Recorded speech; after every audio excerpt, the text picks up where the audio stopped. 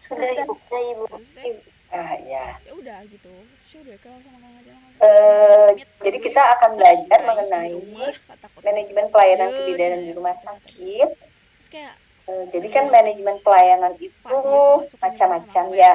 ya Ada Allah di rumah sakit. dia Ibu dia delay-delay Yang nggak? si Atau jelas belehnya itu yang pakai suaranya? belehnya. iya pakai Jelas mobil ibu. bisa Jelas jalan-jalan ibu kita ke Bandung ya. terus karena aku Jadi curiga manajemen sama pelayanan udah itu ada lupa di karena rumah ini mah kata sakit, aku teman dan ada di dia Kayaknya puskesmas, posisinya gitu ada pas di itu mah masih PMB si ya. dia nih kenalin image-nya aku Kok gitu ibu dibentuk di ngeliat di sana. sini ibu terus sekarang delay-delay? udah Kalau kalian nggak delay?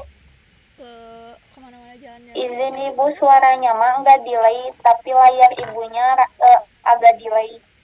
Oh, gitu ya. gitu Ya, naik tapi teh nggak masalah ya, nggak apa-apa ya. hujan naik apa ya Nah, udah tunggu hujan jadi aja mit manajemen itu oh ada di naik rumah motor katanya sakit, gitu ada di puskesmas, ada di praktek mandiri bidan, Tapi lebih ya, nyaman manajemen gitu pelayanan kebidanan itu. apa sama orang-orang, Ya. maksudnya sama cowok-cowok yang Tujuan dari umur tuh lebih perkuliahan nyaman kita kayak kali gini. ini yaitu pada akhir aku teh belum sesi menemukan mahasiswa dapat jawaban memahami sesra mengenai yang salah di implementasi rumah fungsi sakit ini perencanaan nggak ada dalam tuh manajemen mana layanan gitu kebidanan rumah sakit, kemudian kedua tujuan bingung khususnya banget nanti apa teh yang SMP mahasiswa nggak dapat bisa memahami musik aing otak-otak pengertian, lagi namanya tujuan dan Maria langkah-langkah lagu-lagu Tara mengidentifikasi masalah aku ruangan, teh juk balikan sama menghitung dia kebutuhan tenaga ih bidan sesuai priwet dengan jumlah dan saha tingkat kata ketergantungan kenapa klien, balikan sama dia Udah anjir kepikiran membuat gitu. rencana gara-gara si harian, Aing membuat ngechatin aku rencana mendingan jadi aku logistik, Jadi tuh dan kepikiran ya melakukan orang-orang dokumentasi lama muncul. rencana harian. Itu Ya, orangnya yang gimana ganteng? kita lihat dulu. ya nggak Nah, ada ini pengertian rumah Udah nggak sakit. komunikasi lagi. Rumah sakit adalah institusi pelayanan oh nggak kesehatan dia nggak apa yang menyelenggarakan pelayanan kesehatan perorangan secara nah paripurna, kalau Pak Ikan yang udah menyediakan ini tuh pelayanan rawat iya inap, rawat, sumpah rawat jalan, dan Sebentar, rawat iya darurat Megan yang Tara lucunya kayak berdasarkan webtoon namanya Permenkes siapa? nomor 3 tahun Megantara 2020. Aditya Berdasarkan jenis pelayanan yang diberikan, rumah sakit dapat dikategorikan menjadi rumah sakit umum dan rumah sakit khusus. Ya. Nah, ada yang bisa menyebutkan nggak rumah sakit khusus itu rumah sakit apa aja yang kalian tahu? Coba. Rumah Rumah sakit sakit, jantung. kalau rumah sakit umum contohnya apa? Rumah sakit khusus contohnya apa? Kalau pakai ini, ada. Kita mobil. Nah, ada yang bisa ini menyebutkan Video part itu contoh rumah sakit umum dan contoh rumah sakit khusus?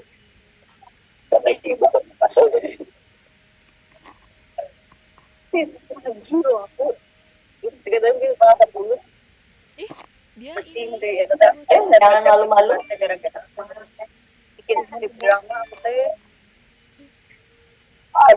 Panggil boleh? video kan Oke, coba Teh Delia on cam nggak dia? sebutkan contoh rumah sakit umum. Coba si Cumel nelfon. Ih si ih Jumpa. si Ya, ada Teh Delia ada. Delia Firda Azkia. Ih Apa Teh? Contoh rumah sakit umum. Yang tahu aja yang tahu. kita takut.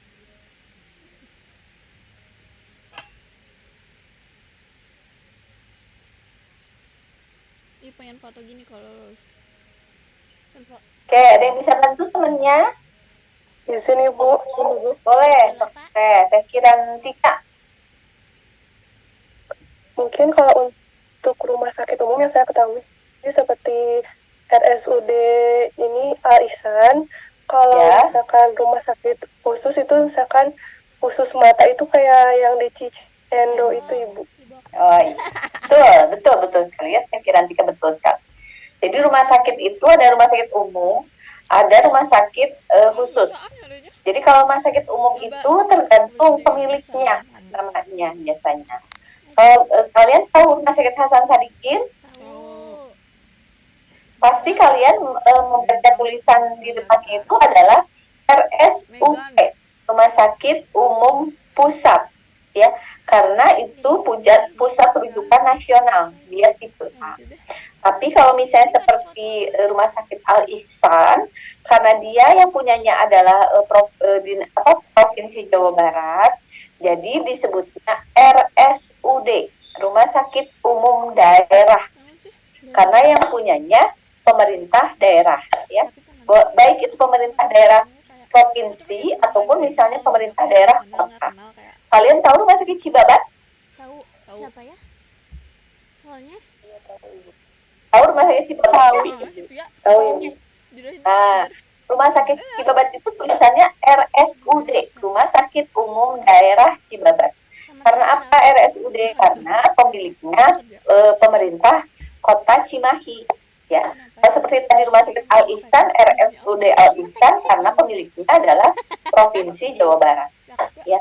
Jadi nanti kalian udah tahu ya kenapa itu RSUD, kenapa itu RSUD. Ya. Atau kalau misalnya yang swasta, yang kalian tahu rumah sakit apa? Yang umum? Itu kelas A, Bu. Rumah sakit Baros. Ya, Rumah Sakit Baro. Rumah Sakit Baro swasta. Di sini Bu kalau tidak salah iya. Ya, sakit ya. Ibu tidak tahu ya.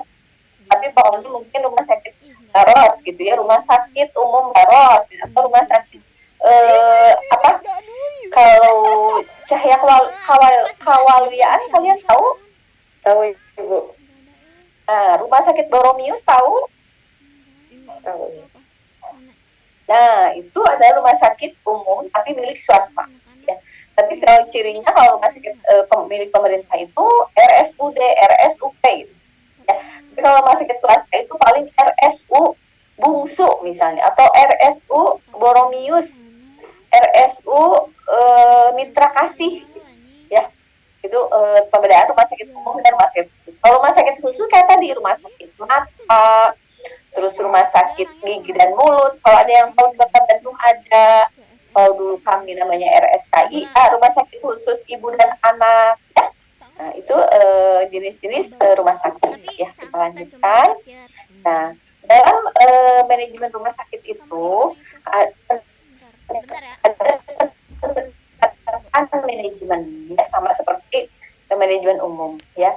Ada planning, organizing, ada uploading, dan ada controlling, ya. Nah, apa saja yang termasuk ke dalam planning ini, ya? Jadi planning kan perencanaan, ya. Jadi perencanaan apa saja sih? Kegiatan rutin, rencana harian, rencana bulanan, rencana tahunan, perencanaan SDM. SDM apa? Pakai ciput tinggal ikan. SDM apa? Sumber daya manusia Ibu. Tuh. Jangan sendok makan ya SDM, tapi sumber daya manusia. Terus sarana prasarana dan lain-lain. Semuanya butuh direncanakan. Ya. Kemudian organizing. Jadi ada struktur organisasi yang terorganisasi. Misalnya ada jadwal dinas, ada pembagian tugas, ya, ada penugasan tim. Itu namanya organizing atau pengorganisasian orang-orang, ya. Nah, kemudian uploadingnya apa? Misalnya motivasi, pemberian motivasi, manajemen konflik, kemudian adanya supervisi dari kepala ruangan, ya, seperti ini. Terus yang terakhir adalah controlling, ya.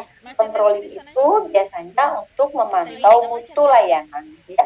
Biasanya dilakukan dengan audit mutu pelayanan. Nah, sekarang kita minggat pada bahasan yang pertama, lebih masuk lagi ya kita ke dalam rumah sakit, terutama di ruangan kebidanan, baik itu ruang bersalin, kemudian ruang nifas, ataupun misalnya poliklinik, ya. Mengidentifikasi masalah ruangan apa saja sih? Nah, ini identifikasi masalah di ruangan berdasarkan unsur manajemen, ya. Unsur manajemen itu kan ada 6M, ya. Ada man atau orang, money atau uang, material atau bahan, mesin atau mesin, metode atau metode, dan market atau pasar. Nah, kita menganalisisnya berdasarkan 6 unsur ini, ya. Kita coba analisis. Nah, yang pertama, untuk man, untuk orangnya itu yang biasanya ada permasalahannya itu biasanya permasalahan. Kalau di ruangan ya, di ruangan itu ada beban kerja, masalah beban kerja, Kemudian ada masalah kewenangan. Ini kewenangan siapa? Siapa yang boleh melakukan? Nah, ini biasanya menjadi permasalahan. Kemudian penanggung jawab tugas. Win, ini sepatunya Nah, bagus. penanggung jawab tugas itu siapa yang bertanggung jawab? Karena kalau misalnya tidak ada yang bertanggung jawab, biasanya andal-andal untuk melakukan kegiatan. Kemudian adanya kepuasan kerja bidan, gitu ya, dan kepuasan kerja, kepuasan pasien dan lain-lain, ya. Nah, sekarang untuk uang, ya. Untuk masalah uang, misalnya biaya perbaikan alat yang rusak bisa menjadi permasalahan. Kemudian kekurangan peralatan yang harus dibeli, tapi rumah sakit belum bisa membelikan. Kemudian keterlambatan gaji atau insentif, ya ini bisa menjadi permasalahan dan lain-lain, ya. Nah, kalau permasalahan pada material atau bahan-bahan apa saja, misalnya di ruangan itu alat kebersihan tidak ada, nah itu bisa menjadi permasalahan di ruangan. Kemudian kekurangan bahan medis habis pakai, kasa habis, betadine habis, misalnya, atau misalnya jeli habis untuk memeriksa Doppler, ya, memakai Doppler. Terus misalnya kekurangan alat tenun, ada pasien baru tapi spraynya habis, bednya ada tapi spraynya nggak ada, itu juga bisa menjadi masalah dan lain-lain. Nah, untuk mesin biasanya menyangkut peralatan atau fasilitas, ya, untuk mesin ini. Misalnya bed dan lemari pasien rusak, kemudian kursi roda dan belangka rusak, lemari peralatan tidak memadai sehingga terlalu penuh, atau misalnya pintunya sudah rusak, pintunya copot, gitu ya, atau misalnya tidak memenuhi standar lemarinya, gitu ya. Terus mebelnya rusak, misal kursinya udah pada robek, kemudian kasur pasien robek, misalnya rel bed gitu ya, yang penghalang pasien itu sudah copot, dan lain-lain. Ada juga misalnya peralatan TPRS. TPRS itu peralatan TPRS, tahu nggak TPRS? Enggak, Ibu. TPRS itu adalah singkatan, T-nya tensi, P-nya puls, R-nya respirasi, tapi S-nya suhu ini. Ya, di TPRS ini kalau kalian tanda-tanda vital lah, TTV ya, TTV ya, nanti Ibu ganti. Kalian tidak mengerti. Oke, dan lain-lain. Nah, kemudian apa saja yang bisa menjadi permasalahan di dalam metode di dalam suatu ruangan, ya. Misalnya SPO tidak lengkap, kemudian SPO tidak ada. SPO tahu kan SPO? Apa SPO? SPO apa anjir?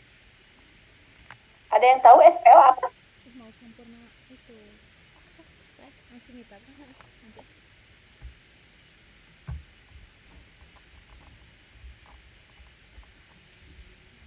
Ini?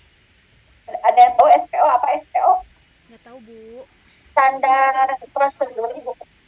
Ya, standar prosedur operasional. Jadi standar atau langkah-langkah apa saja di dalam kita melakukan suatu tindakan, misalnya SPO hacking terinium, SPO menolong persalinan, itu ada SPO-nya. Yang menjadi masalah bila SPO itu dalam proses tidak ada. Atau misalnya SPO-nya sudah kadaluarsa, nama rumah sakitnya sudah diganti, terus isi SPO-nya sudah ada yang terbaru, tapi itu belum diganti. Nah, itu namanya SPO-nya kadaluarsa, ya, atau sudah harus diganti, ya, dan lain-lain. Nah, apa sekarang yang bisa menjadi masalah pada unsur market atau pasar? Nah, misalnya kepuasan pasien, ini bisa jadi masalah kalau misalnya banyak pasien yang komplain, ya, bisa menjadi masalah. Tapi komplain juga bisa menjadi masukan yang sangat baik untuk kita memperbaiki ke depannya, ya. Jadi jangan takut dengan komplain pasien. Nah, ini yang jadi masalah, jumlah pasien menurun. Nah, ini yang menjadi masalah, ya, untuk dalam market atau pasar. Terus kemudian ada pasien komplain, pasien marah, itu bisa menjadi ini, ya, apa masalah. Kemudian kepuasan kerja bidan, ya. Oke. Nah, sekarang untuk yang tadi ada yang mau ditanyakan tidak?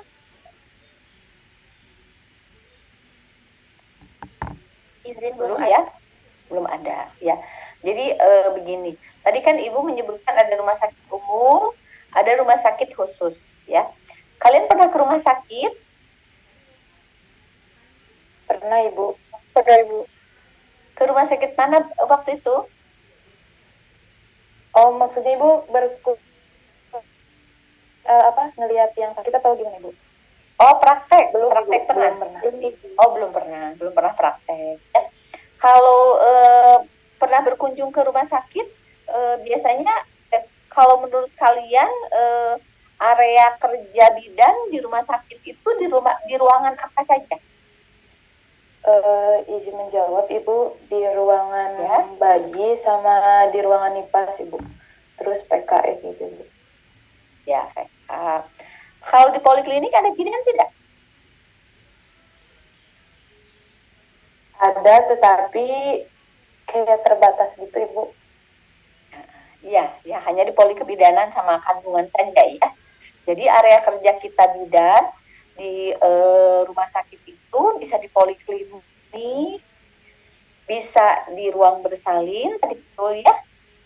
IGD kebidanan, ya kita bisa menempati IGD kebidanan. Kemudian ada di ruangan bayi atau perinatologi, bisa juga di ruangan nifas ya. Jadi kita bisa berada di 5 ruang ya. Nah, permasalahan-permasalahan yang tadi Ibu sampaikan yang berdasarkan unsur-unsur manajemen itu adalah permasalahan yang bisa timbul di ruangan-ruangan tadi itu, bisa timbul di poli, bisa timbul di ruang bersalin, di IGD kebidanan, di ruangan nifas ya. Kemudian di ruangan-ruangan yang lainnya itu bisa timbul permasalahan-permasalahan seperti tadi ya. Permasalahannya kita sudah tahu. Nah, tindak lanjutnya seperti apa? Nah, kita kan harus merencanakan ya. Kita harus merencanakan. Jadi, nih, Ibu ulang lagi ya. Duluan terus Bentar. jadi panjang. Ibu ulang lagi dari atas.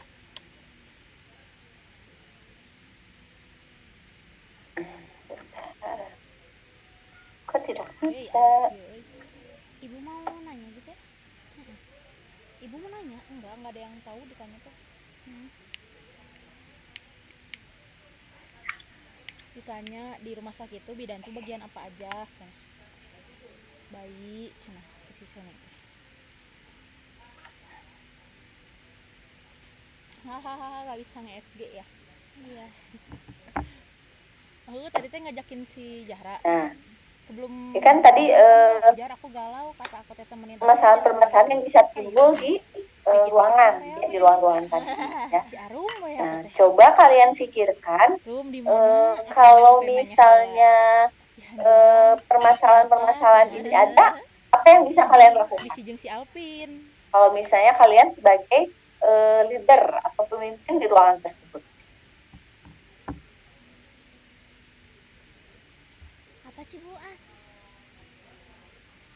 Bu. Apa? Ayo, ada yang bisa mencoba menjawab nih tentang orang aja, tentang mengatur orang aja nih, mannya dulu. Apa yang bisa kalian lakukan? Boleh pilih salah satu. Misalnya Teh Seni saya mau menjawab tentang beban kerja, harus begini. Terus misalnya Teh kita mau menjawab penanggung jawab tugasnya harusnya solusinya begini. Terus Teh Agsia ya ada. Teh Agsia misalnya saya mau menjawab tentang kepuasan pasien, boleh. So. Biar kalian paham. Ada yang punya solusi kalau misalnya ada permasalahan kayak gini? Murah nggak cek? Murah gimana? Servisnya juga cuma 2.000. Izin Ibu. Boleh, so apa? Untuk misalkan untuk kepuasan pasien biar manajemen sebuah rumah sakitnya bisa tahu pasiennya pada puas atau enggak dengan pelayanannya, bisa di setiap administrasi itu bisa sambil diberikan misalkan kepuasan gitu Ibu. Ya, betul ya. Jadi untuk mengetahui kepuasan pasien kita bisa melalui kuesioner ya. kayak formulir kepuasan pelanggan gitu ya. Jadi kan kita tahu nih pasiennya puas enggak gitu dengan pelayanan dari tim kita. Misalnya tim ruang bersalin ini pada puasnya sih sebenarnya pasien atau pada kecewa atau misalnya banyaknya malahan komplain gitu. Ya betul. Untuk kepuasan pasien, solusinya kita bisa membuat kuesioner kepuasan pasien. Diberikan pada saat pasien menjelang pulang. Boleh, ada yang mau ngasih ide yang lain? Bayangkan kalian seorang leader nih di ruangan. Seorang apa? Orang pemimpin di ruangan. Suatu saat kalian juga bakal jadi pemimpin di masa depan. Iyalah. Masa nggak jadi? Kamu pesen naon? Coba pikirin. Sini Bu, Oh, nah ayah gituan. Boleh, apa teh?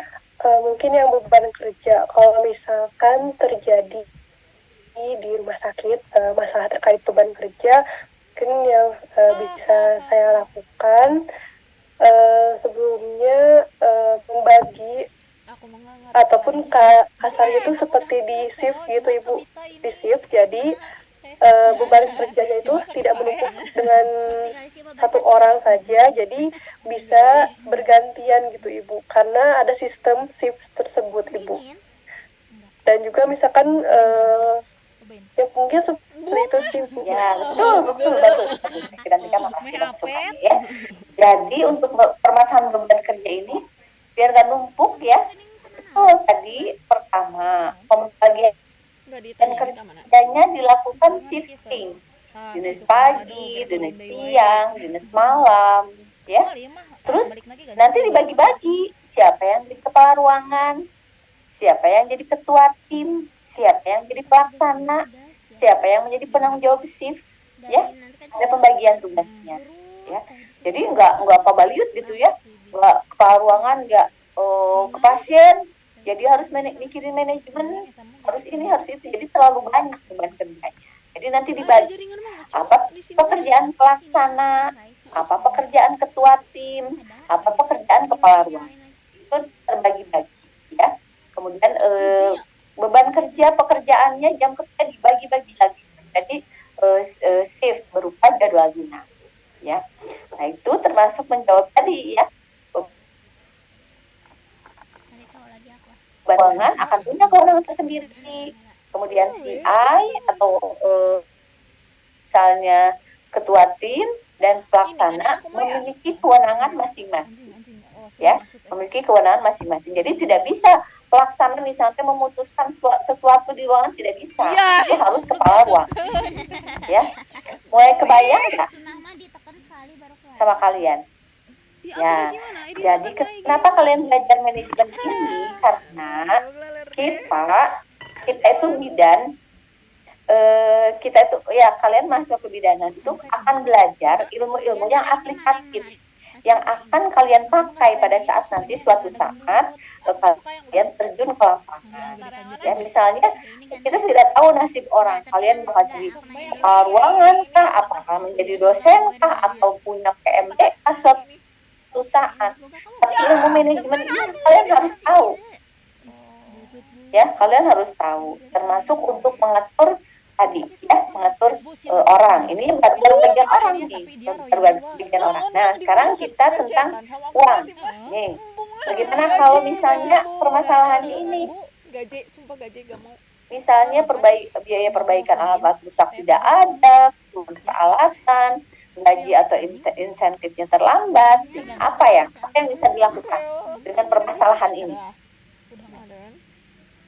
Aku lihat di SD soalnya.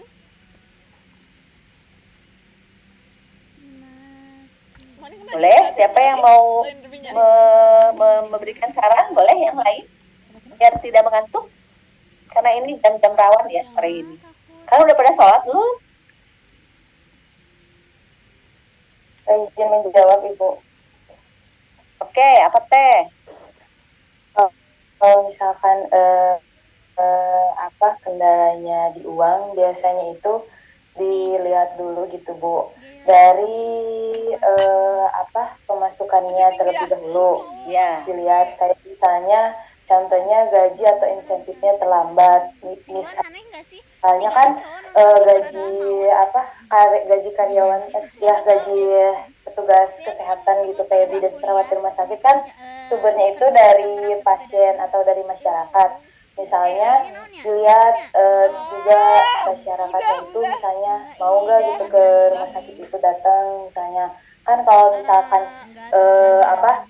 semakin kurangnya pasien ke rumah sakit kan semakin pemasukan juga terhambat gitu. Nah, maka salah satu ini tuh kayak menindaklanjutnya tuh kayak Nanti aku tawarin dulu ke si Alvin. Nanti aku tawarin dulu. Ini gitu kan tuh. Tuh, loading. Nggak mau ditanya-tanya tuh. Mending ibu yang tadi. Tadi main gue si salpapul. Bagus, pisan.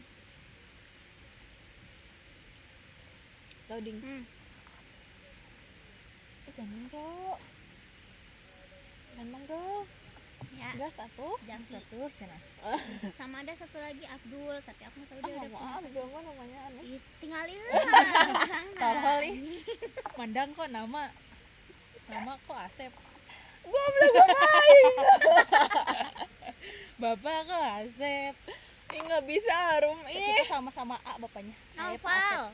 Novel Abdu. Tinggi banget kan yang tengah? itu bisa bagus dan diterapkan di PMB kalian. Promosi yang gencar di media sosial atau misalnya mempergunakan Itu dulu ketua apa ya? teknik-teknik melayani pasien yang tidak standar ya, yang inovatif, biasanya itu akan memancing atau menambah jumlah pasien yang akan berkunjung ya. Betul ya Kesami ya. Tapi kalau misalnya di rumah sakit itu karena ada bagian-bagiannya, jadi ada bagian promosi pasien ada, bagian kita melayani pasien ada bagian misalnya manajemen ada, udah terbagi-bagi. Nah, dalam keadaan seperti ini, biaya perbaikan alat rusak, kekurangan peralatan. Nah, untuk kedua hal ini, nah kita kalau di rumah sakit kita bisa membuat ajuan ya. Ajuan perbaikan alat rusak, ajuan penambahan peralatan itu melalui pembuatan surat misalnya ke atasan langsung ya, ke bagian manajemen kita mengajukan permintaan biaya perbaikan dan kekurangan peralatan ya. Dan karena sudah ada bagian tertentu misalnya ini alat yang rusak diperbaikinya nanti oleh instalasi sarana prasarana rumah sakit atau IPSRS. Kekurangan peralatan nanti ada yang belanja namanya unit layanan pengadaan ya, pengadaan barang dan jasa itu. Jadi kalau misalnya di rumah sakit itu untuk bagian pelayanan pure aja melakukan pelayanan. Bila ada masalah-masalah ini kita tinggal melapor secara tertulis pada atasan. Ya, begitu ya caranya ya, karena kalian tuh calon-calon leader nih, jadi harus tahu ya. Loh, ini bisa jadi masalah juga, ini gaji insentif terlambat. Ini bisa ditanyakan ke bagian keuangan, ke bagian manajemen ya, karena ini kadang fatal ya kalau gaji insentif terlambat itu bisa menurunkan motivasi kerja karyawan ya. Bisa dipahami? Ya begitu ya. Oke, selanjutnya material yang kekurangan tadi sudah terjawab ya. Kalau misalnya kekurangan bahan-bahan ini kita bisa mengajukan ke bagian manajemen ya untuk penambahan tenun, kekurangan bahan medis habis pakai, kekurangan ATK, cetakan alat kebersihan gitu ya, kita bisa mengajukan ke manajemen. Oke. Selanjutnya mesin ya, dan pasien yang rusak ini semuanya bisa dilakukan pengajuan bersurat ya ke manajemen untuk dilakukan penambahan alat baru untuk mengganti alat-alat yang rusak atau perbaikan peralatan lemari misalnya atau kursi roda yang rusak ya, bisa bersurat ke manajemen. Begitu caranya, karena kalau di rumah sakit itu sudah terbagi-bagi tugasnya ya. Nah, kemudian ini SPO, standar prosedur operasional tidak lengkap. Nah, maka kita harus mengajukan pembuatan SPO yang baru, misalnya ya pembuatan SPO yang baru, SPO yang tidak lengkap yang kita lengkapi, SPO yang sudah kadaluarsanya dilaporkan, ya seperti itu. Nah, ini yang tadi yang PSN ini yang kepuasan pasien, jumlah pasiennya menurun, ya. Nah, ini kita bisa gencarkan melalui promosi. Memang kalau di rumah sakit ada bagian promosi kesehatan yang khusus ya, dan bagian humas yang biasanya melakukan promosi keluar rumah sakit. Tapi ruangan pun bisa memberikan masukan. Ini di ruangan kami, misalnya di ruangan nifas, pasiennya menurun. Nah, bisa nggak kita melakukan inovasi apa gitu untuk meningkatkan minat pasien untuk datang ke rumah sakit kita? Bisa ya? Itu ya. Nah, sekarang yang tadi kan di dalam permasalahan di dalam ruangan itu ada tentang beban kerja, ya. Ada tentang beban kerja. Jadi untuk menentukan berapa jumlah karyawan di dalam suatu ruangan itu ada hitungannya, ya. Kalau misalnya kita itu tidak seperti tempat kerja yang umum gitu ya, tempat kerja yang umum yang mungkin kira-kira segini cukup lah kira-kira gitu ya jumlah tenaganya. Misalnya kalau di suatu toko atau misalnya supermarket kira-kira yang melayani bagian buah 2 orang, yang melayani di bagian ATK 2 orang. Tapi kalau misalnya untuk kebutuhan tenaga bidan di suatu ruangan itu ada hitungannya, bidan atau perawat ya. Ilmu ini kita adopt dari keperawatan ya, kita belajar dari bagian keperawatan, tapi sampai kalau misalnya kita tahu ya cara menghitungnya. Nah, jadi tadi judulnya kan menghitung kebutuhan tenaga bidan sesuai dengan jumlah dan tingkat ketergantungan klien. Nah, sekarang pasien-pasien di rumah sakit itu kan tadi di pengertian rumah sakit bahwa rumah sakit itu menyelenggarakan pelayanan kesehatan yang perseorangan atau misalnya kelompok ya. Jadi kalau pelayanan keseorangan perseorangan, jadi ada pasien itu terklasifikasi atau terbagi-bagi berdasarkan tingkat ketergantungan ya. Ada yang namanya minimal care atau self care atau perawatan mandiri ya. Dalam 24 jam dia hanya membutuhkan bantuan kita bidan hanya sekitar 1 sampai 2 jam saja ya. Jadi kita tidak harus menunggui, tidak harus terus-terusan pasien ini. Nah, kriterianya apa? Ciri-cirinya apa pasien-pasien yang minimal care atau self care ini? Yang pertama, pasien yang kebersihan diri, mandi, ganti pakaian dilakukan sendiri. Dia bisa melakukan sendiri. Karena misalnya dia tidak diinfus, ya, tidak diinfus. Kemudian makan dan minum dilakukan sendiri, bisa duduk, makan sendiri pakai sendok, ya, menyuapi diri sendiri.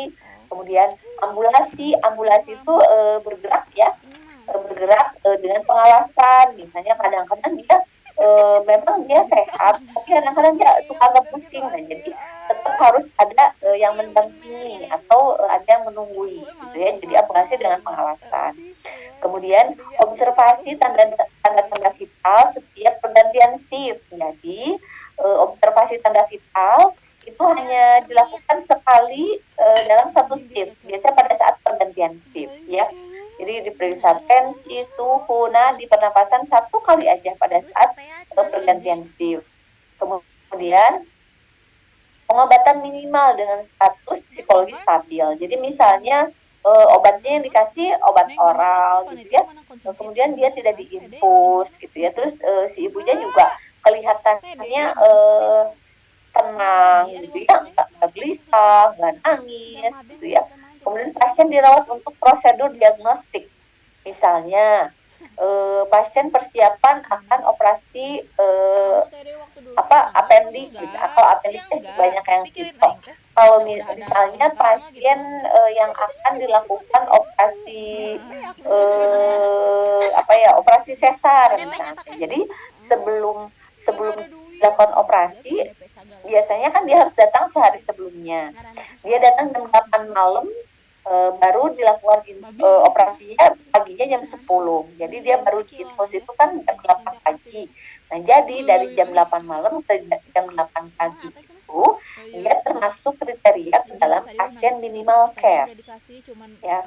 Kemudian pasien dengan operasi ringan atau perawatan luka sederhana, misalnya operasi mata ikan atau misalnya operasi amandel, itu untuk operasi-operasi yang ringan. Perawatannya secara minimal care atau self care, ya. Kita hanya membutuhkan waktu untuk merawat pasien-pasien seperti ini hanya membutuhkan waktu 1 sampai 2 jam lah dalam waktu 24 jam, ya. Ini pasien minimal care. Nah, selanjutnya ada kriteria pasien partial care atau intermediate care. Untuk pasien-pasien partial care, dia membutuhkan waktu 3 sampai 4 jam ya sehari dalam waktu 24 jam. Dia hanya membutuhkan 3 sampai 4 jam aja dirawat sama kita gitu ya, ketemu sama kita. Dia hanya 3 sampai 4 jam aja. Nah, apa aja kriterianya? Kriterianya pertama, kebersihan diri dibantu, makan minum dibantu, ya.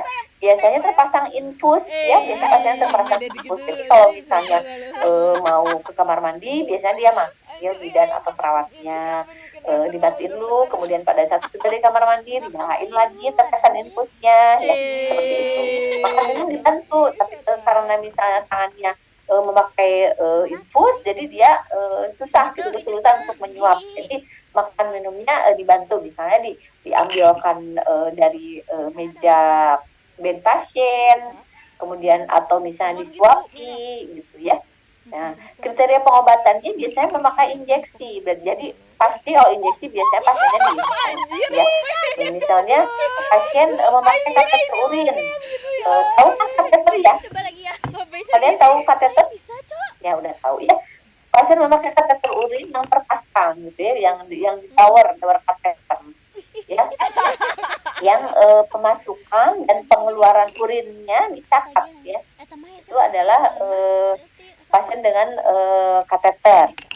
Kemudian biasanya pasien dengan infus, kemudian pasien dengan pleura fungsi ya, jadi misalnya disedot ya, di pleuranya dikeluarin cairannya ya. Nah, itu contoh ininya, contoh pasiennya. Nah, kriteria yang ketiga ada yang namanya total care atau intensive care ya. Biasanya membutuhkan perawatan itu 5 sampai 7 jam per hari ya. Kita merawat pasien ini 5 sampai 7 jam sehari ya. Kriteria pasiennya apa? Semua kebutuhan pasien dibantu. Perubahan posisi setiap 2 jam dengan bantuan. Jadi misalnya ibunya nggak bisa ngapa-ngapain, cuma terlentang aja. Jadi kalau misalnya pasien itu tidak boleh terlentang terus-terusan ya, karena bisa jadi dekompusus ya, bisa jadi borok ya. Kalau misalnya kita diamkan, misalnya seharian terlentang terus. Jadi bagian-bagian yang tertekan itu biasanya menjadi pucat, lama-lama menjadi borok. Namanya dekubitus ya. Nah, kemudian setiap 2 jam biasanya posisinya dirubah.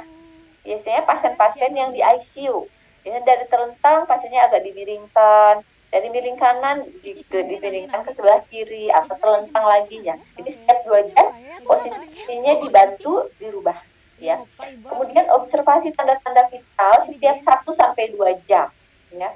Biasanya tidak manual detensi gitu ya. Kalau misalnya di pasien intensif itu biasanya sudah memakai layar monitor, jadi kita tinggal mengecek, melihat ke monitor ya, karena semua alat tensi dan lain-lainnya sudah terpasang permanen biasanya untuk memudahkan pemeriksaan tanda vital. Makan dan minum melalui selang lambung ya. Jadi kalian tahu NGT? NGT sudah tahu, sudah belajar NGT? Ya. Kalau NGT yang dipasang ke hidung atau ke mulut? Lagi ngopai, Bos? NGT yang dipasang di mana? Yang hidung. Ya, ke hidung ya. Naso ya, nasogastric tube.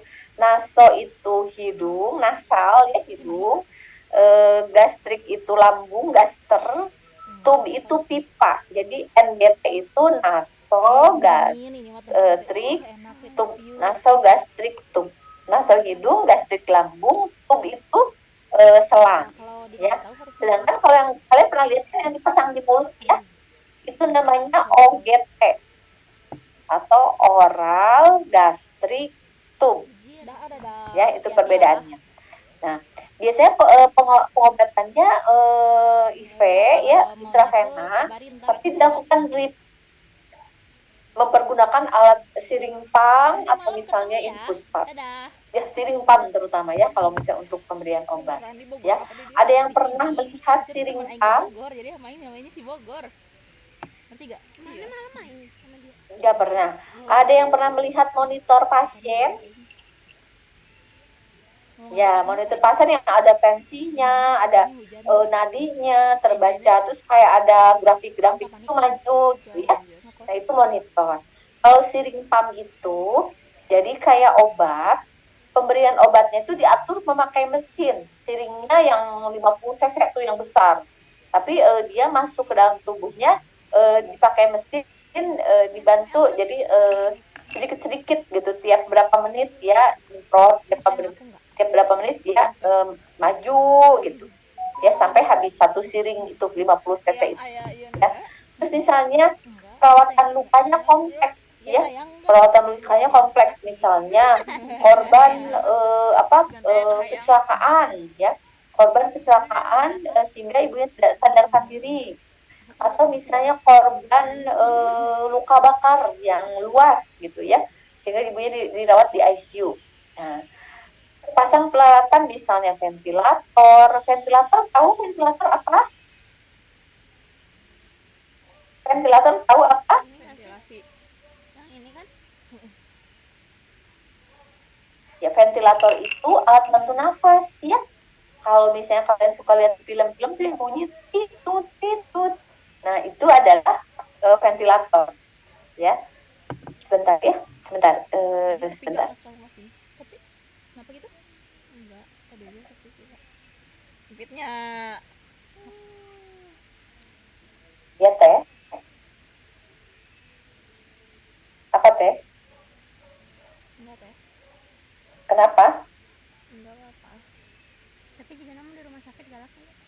Lah. Ngajar ya mah tegalak teh.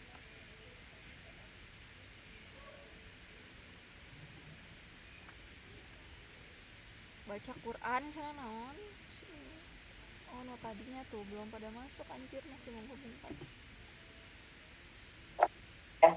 Nah, terpasang ventilator ya, alat-alat bantu nafas, atau misalnya WSD ya, WSD alat untuk mengeluarkan cairan di paru-paru, atau alat traksi yang misalnya untuk pada korban-korban pasien-pasien bedah, pasien-pasien ortopedi gitu ya, diperpakaikan alat traksi. Jumat sekarang? Duh, jam berapa sih? Sore. Yo, mau balik anjir. Balik wae itu, Bet. Teman aku yang di rumah teh mau nikah, yang sahabat aku yang waktu Ikut. ini. Ayo. Ikut. Nah, oke. Nah, jadi itu 3 kriteria pasien ya. Jadi ada pasien yang minimal care, ada partial care, ada total care. Apa coba? Itu. Nah, Iya, terus dari kriteria pasien itu, nggak tahu ya asa ya, dia nerima gitu. ini ada cara perhitungan jumlah dan kategori tenaga menurut Douglas ya, berdasarkan metode Douglas. Anjir gitu. Nah, Iya, ini sakit tuh menurut kayaknya. Douglas Terus dia itu tuh, iya, ada nilai kayak standar minta per menikah shift ya. ya, nilai standar per shift itu yang dikalikan dengan jumlah pasien gitu ya. loh. Tapi Misalnya geli nih, gitu, untuk kayak, pasien anjir, minimal care aku itu nikah ninggalin orang, kalau terus dinas dia bilang lagi kan, dia berarti nanti mah 0,7 atuh nanti kawin dikalikan mah dengan curhat jumlah jeung pasien urang, gitu kan. ya. Nanti atuh Kemudian anjir, kalau sakit malam banget, ya, tuh, tapi 0,07 udah karena kayak gitu kenapa kan, kalau malam gitu. lebih kecil? Udah nikah Karena mah biasanya santai pasiennya weh, tidur. si eta mah segitu Jadi beban kerjanya lebih kecil. Gimana kan. Nah, untuk sore pun Tapi dia bilang lebih enggak, kecil baik beban sih, kerjanya gimana, dibandingkan sumpah, gimana pagi. baik. Karena Gak apa-apa, apa? kata dia. Karena kalau Itu pagi aja itu enak terus aku banyak makan. tindakan Aku aja gak akan hitung deh diperban, pas kamu berupa nikah. hygiene. Teh. Tindakan-tindakan yang lainnya Orang itu iya biasanya sih dilakukan cenah di kata pagi dia hari, gitu. Pokoknya ya. Di beban teuing lah pokoknya pagi, mana kedatang baik lama di teuing. pasien Terus aku jadi gak enak minimal tadi. care, Udah parsial datang care, deh dan gitu. total Terus care kata itu mama beban datang pagi itu lah, lebih mama besar, datang gitu. ya. Cuma Ini teh nilai sakit standar anjir gitu. persisnya, Cuma ya. deket aing Ini banget tidak usah dah. dihafal-mati, nanti kalian Nikah. bisa melihat, ya. Kemudian bagaimana cara menghitungnya? Cara menghitungnya seperti ini. Nah, ibu contohkan nih. Kelihatan semuanya ini layarnya kelihatan kan ya? Kelihatan ya? Ini contohnya. Di ruang rawat dengan 17 orang klien, ada 3 orang dengan ketergantungan minimal. Berarti ini apa? Minimal care, ya. 8 orang dengan ketergantungan parsial. Berarti ini 8 parsial care. Dan 6 orang dengan ketergantungan total, ya, atau yang tadi total care. Nah, maka menurut metode Douglas, jumlah perawat atau bidan yang dibutuhkan itu pada pagi, ini kan di shift ya, terbagi menjadi 3 shift, pagi, siang, dan pagi, sore, dan malam. Nah, untuk pasien ini yang 3 orang ini, pasien 3 orang ini pasti dirawatnya di pagi, ketemu lagi sama yang sore, ketemu lagi sama yang malam, ya. Dia akan dirawat dan 24 jam itu akan dirawat oleh yang dinas pagi, yang dinas sore, yang dinas malam. Jumlahnya tidak kalau ada yang pulang. Tapi kita ibaratkan ini tiga. Jadi untuk yang pagi, yang tadi ya berdasarkan nilai standar yang tadi 0,17 kali tiganya dari sini, dari 3 orang yang minimal care didapatkan angka segini. Ini yang sore dari nilai standar yang tadi dikalikan dengan 3, ini orang dengan minimal care, itu lihat ini yang minimal, ya, 0,42. Dan pada malam hari, sebentar, pada malam hari ini 0,07 dikali 3 yang didapatkan nilai segini, minimal, parsial, total, ya. Yang parsial berapa? Ini yang depan ini adalah nilai standar konstanta dari yang tadi, ya, yang tadi di dalam tabel. Dikalikan pasien parsial itu ada berapa orang? Oh, ada 8.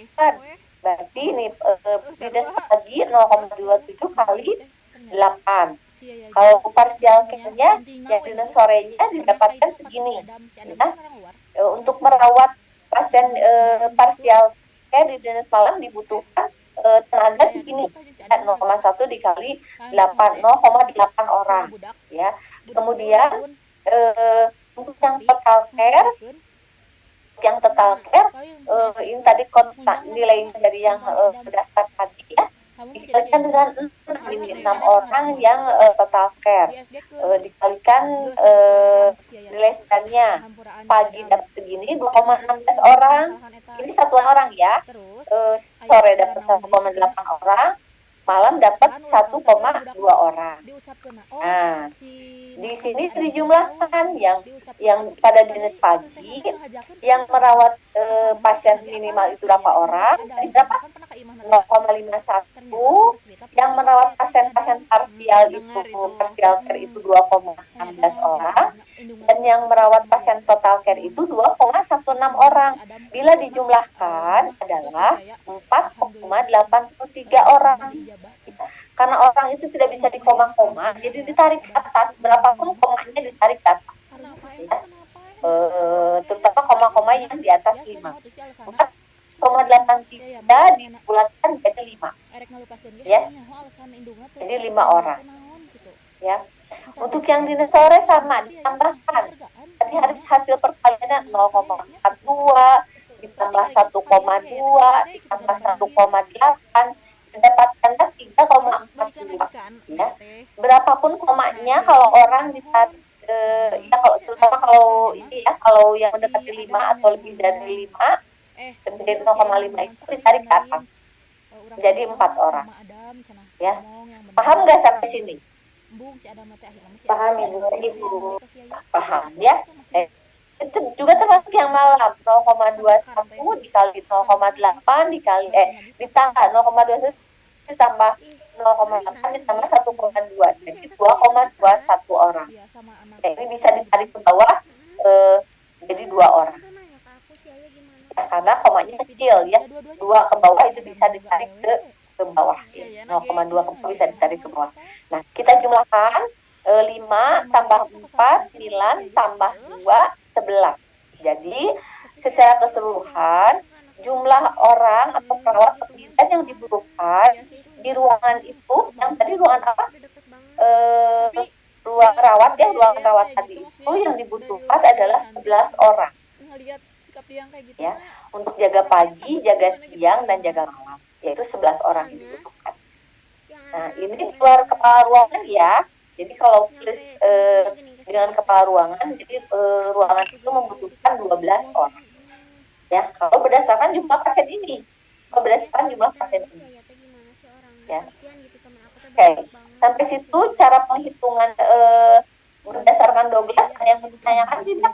Aing juga ya, Aing senang gitu ya saya bisa terbuka ke Aing. Tapi tidak paham? Paham Ibu? Tidak. Ya. Pokoknya harus paham karena apa? Karena biasanya soal-soal kayak gini suka keluar di UPOM. Ya. Nah, selanjutnya cara penghitungan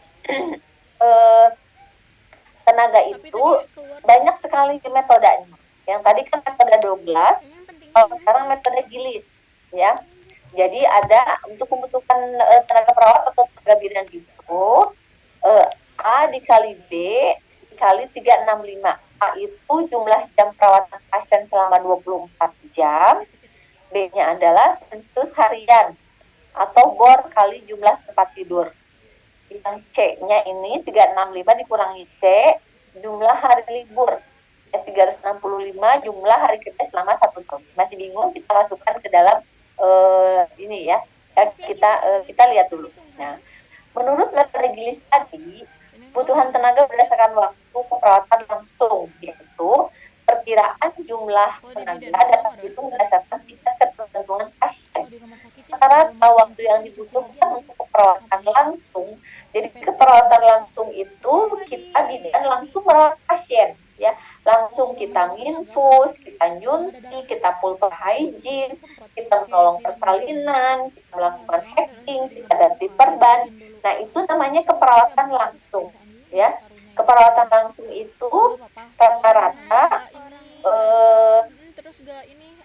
satu pasien itu adalah 4 sampai 5 jam per hari. Ya, menurut Gillis. Ya, gitu. Jadi kalau misalnya kita memasukkan ke dalam buku status, memasukkan ke dalam SIM RS, terus kemudian kita pergi ke farmasi untuk mengambil obat, itu bukan keperawatan langsung. Nah, itu bukan keperawatan langsung. Nah, menurut Gillis juga waktu yang dibutuhkan untuk keperawatan langsung berdasarkan kategori adalah kalau yang tadi ya, yang mandiri atau self care atau self care atau yang mandiri ya, yang tadi yang kategori 1 itu adalah setengahnya dari jumlah keperawatan langsung. Jadi sekitar 2 jam untuk pasien-pasien yang self care. Nah, kemudian untuk yang partial care adalah 3/4 kali 4 jam. Jadi sekitar 3 jam. Untuk yang self care untuk yang partial care menurut Gillis ya. Terus untuk perawatan total adalah 1 atau 11/2 dikali 4. Jadi sekitar 4 sampai 6 jam. Ya, untuk total. Untuk pasien intensif kita 8 jam.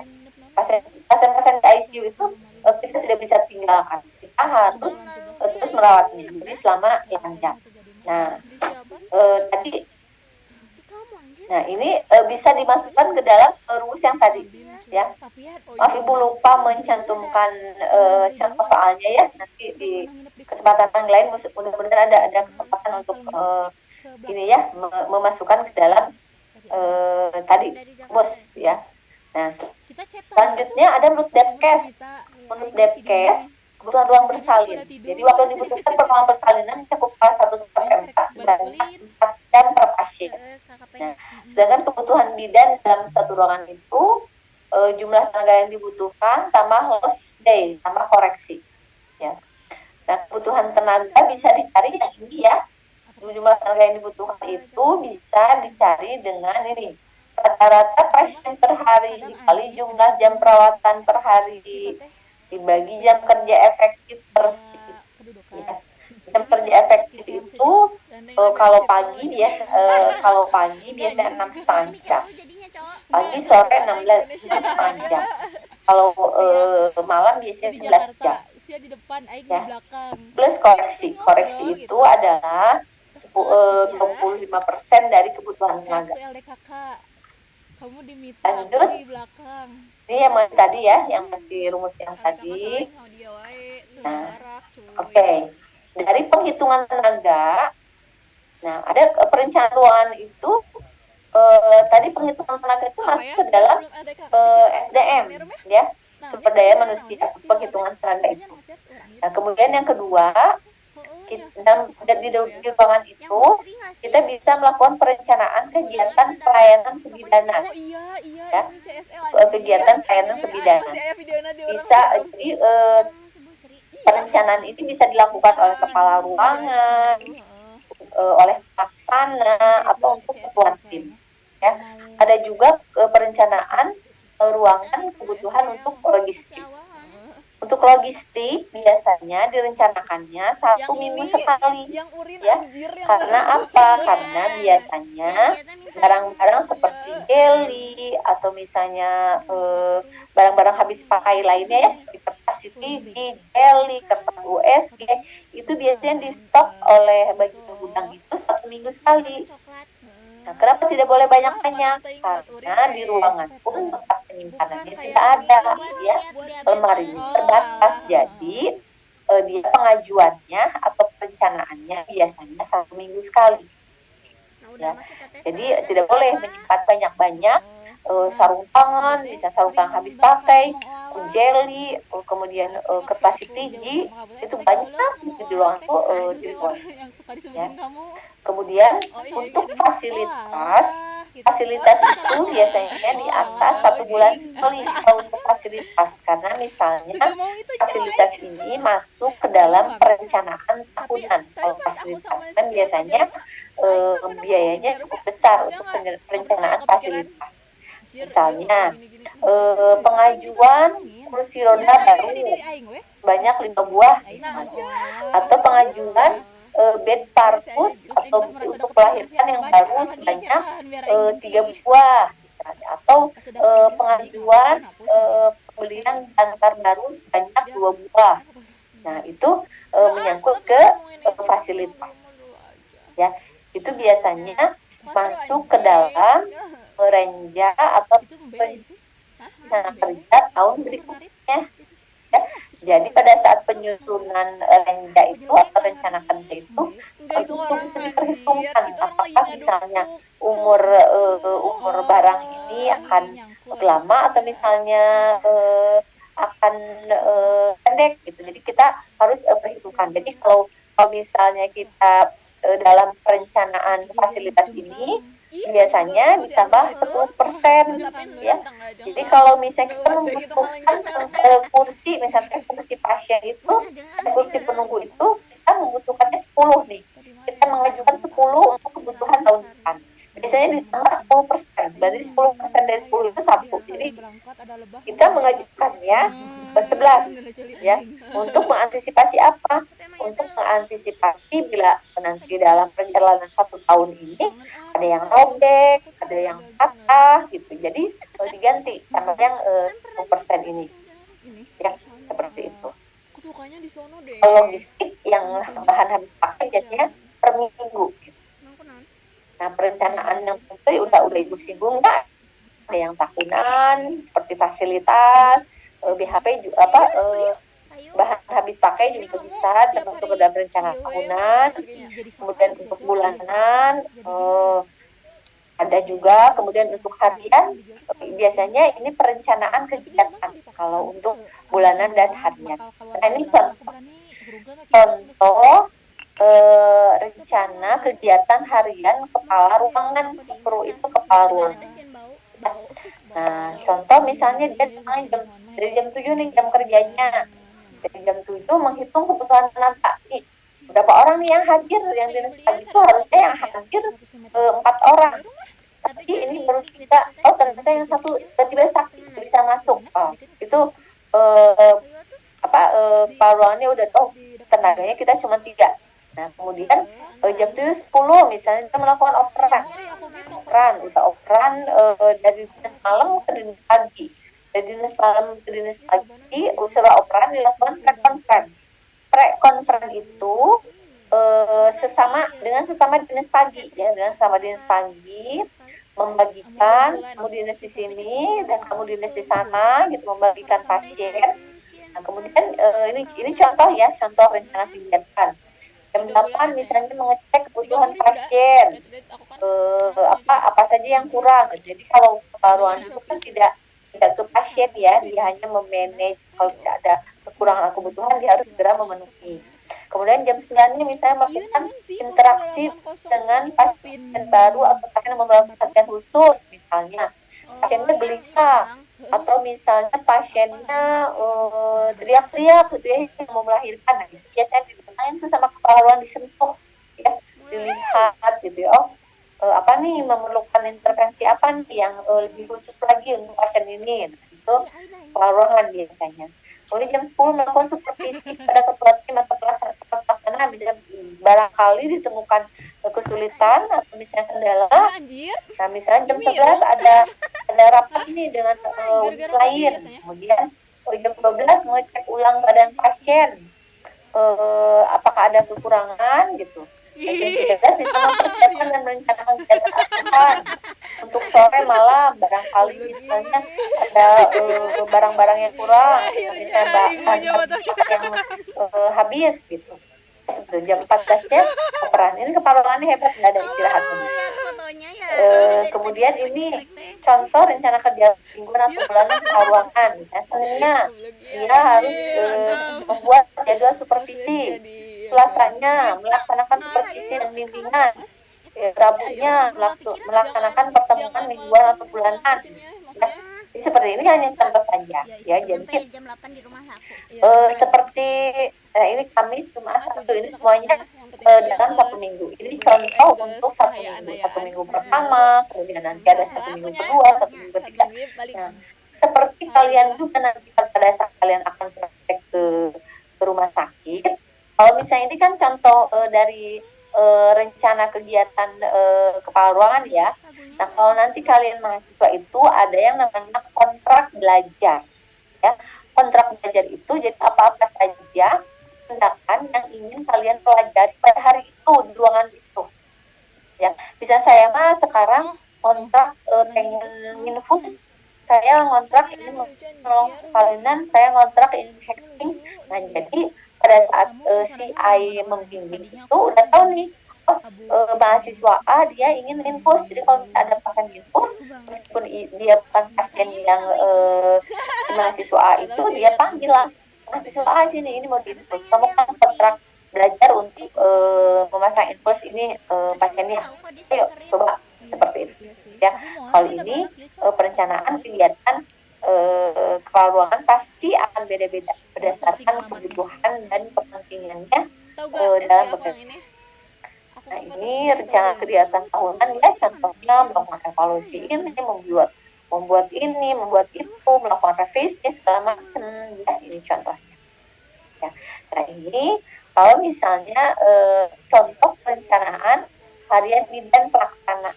Ya, jadi bidan pelaksana itu ada kepala ruangan, ada ketua tim, ada CI, ada bidan pelaksana. Jadi yang melaksanakan merawat pasien. Ya, misalnya ini dari jam 7.30 jam pagi berarti ini ya, atau misalnya jam 14, atau misalnya dari jam 21 berarti yang jenis malam, misalnya operan kegiatannya. Nah, ini jam segini misalnya melakukan apa? Di pasien 1 dia melakukan tindakan apa, pasien 2 dia melakukan apa, pasien 3. Nah, dia catat perencanaannya ya. Biasanya kan suka kalau di rumah sakit itu ada operan ya. Pada saat operan tuh ketahuan tuh pasien ini harus diberikan obat jam segini, pasien ini harus dilakukan pengukuran tanda vital jam segini, pasien ini harus dilakukan USG. Nah, itu bisa masuk nih ke dalam rencana harian. Jadi kalian bikin di buku kalian masing-masing kalau ini perencanaan harian ya. Nah, kita tulis semuanya perencanaan apa yang akan kita lakukan hari ini pada pasien-pasien yang kita rawat. Ya, ini contoh rencana harian bidan. Oke. Nah, sedangkan untuk pencatatannya, pencatatan dari rencana kegiatan yang kita lakukan itu adalah berupa logbook, ya. Yang pencatatan ini bisa menjadi logbook, Jadi bisa di sini kita tambahkan kalau tanggal, di sini waktu, di sini kegiatannya, ya. Jadi ini pencatatannya sangat bermanfaat sekali. Jadi kita suatu saat akan bermanfaat karena misalnya pada saat kita lupa pasien ini udah dapat terapi antibiotika dari hari kapan ya. Nah, kita bisa menelusuri dari logbook kita, dari daftar fotoin Haloka yang kayak gini masih ada gak? injeksi antibiotik jam 8 seperti itu ya. Nah, untuk pencatatannya bisa aku ngepost ini kelas ya.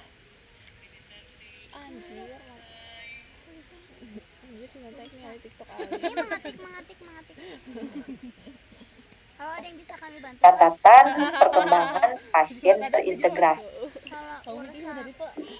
Jadi kalau misalnya kalian mendokumentasikan, masukkan semuanya ke dalam CPPT dalam bentuk SOAP. Kamu sudah hafal ya? S-nya subjektif, O-nya objektif, A-nya assessment, P-nya planning. Sedangkan di rumah sakit akan dilakukan operan. Pencatatan secara tertulisnya itu namanya SBAR. Ya. Jadi melakukan operan ke pasien itu secara operan ke dinas berikutnya itu secara SBAR. Ya, SBAR itu ada subjektif, ada background, terus assessment dan intervention, rekomendasi ya. Nanti selanjutnya kita akan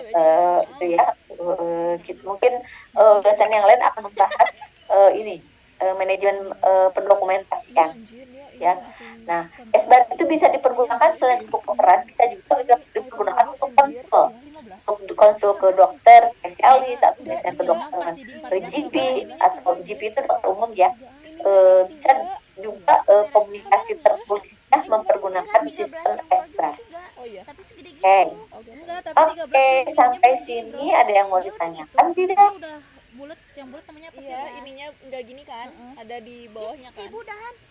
Boleh, kalau semakin kalian bingung berarti kalian mulai mengerti, mulai paham.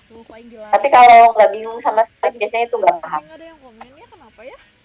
Cuman like. Oke, ada yang mau ditanyakan? Ilmu manajemen ini kayak apa ya? Nggak kayak kalian misalnya askep 1, askep 2, askep 3, askep terminologi, askep dadar misalnya. Nggak seperti itu, nggak aplikatif ya kalau nggak langsung ke pasien ya, karena ngomongin manajemen itu berarti ngomongin semua itu gitu ya, ngomongin mahasiswanya, ngomongin fasilitasnya ya. Sampai sini ada yang mau ditanyakan? Atau misalnya ada yang punya pengalaman, udah pernah ke rumah sakit ini kemudian terjadi begini dan begitu, boleh sok ceritakan nanti dikasih.